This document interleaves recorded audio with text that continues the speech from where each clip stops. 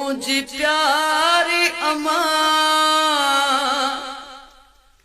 भगवारी अम्मा तुझे सब रखे सलाम आहे, तुझे सब रखे सलाम आहे।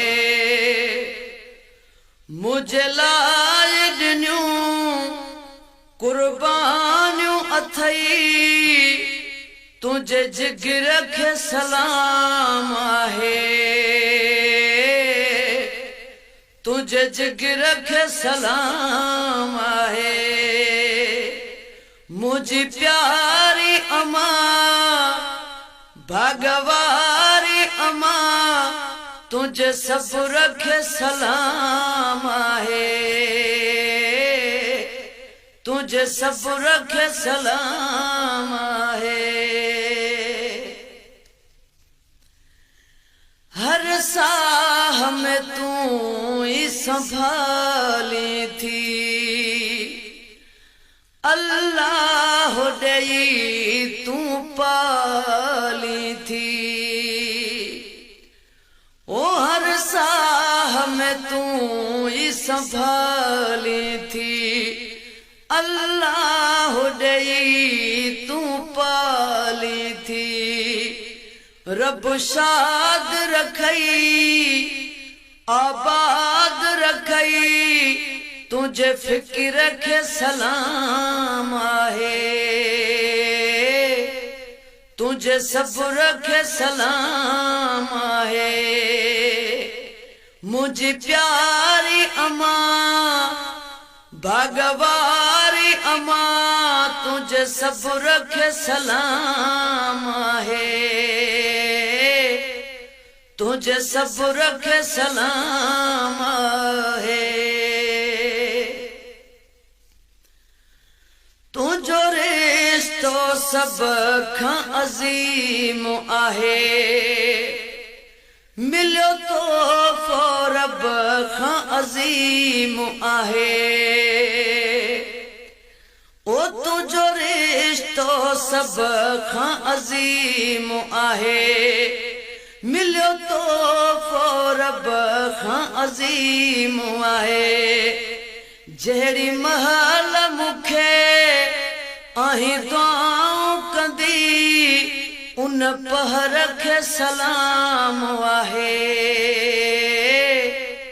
तुझे सब्र खे सलाम आहे। मुझी प्यारी अम्मा ओ भगवारी अम्मा तुझे सब्र के सलाम आहे, तुझे सब्र के सलाम आहे। तुझो प्यार खुदा जी नेमत आ, तुझे कदमन में मूल जन्नत आ। ओ तुझो प्यार खुदा जी नेमत आ, तुझे कदमन में मूल जन्नत आ। हर वक्त खिली तू निहारी थी, तुझी नजर के सलाम आहे, तुझे सब्र के सलाम आहे। मुझी प्यारी अम्मा ओ भगवारी अम्मा तुझे सब्र के सलाम आहे, तुझे सब्र के सलाम आहे।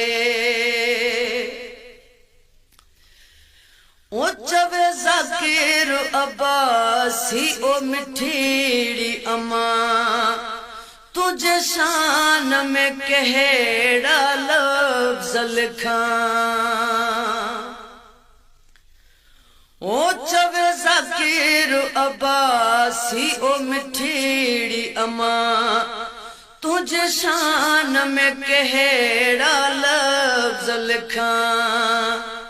तुझी लोली मिठी तुझी बोली मिठी, ओ तुझी लोली मिठी तुझी बोली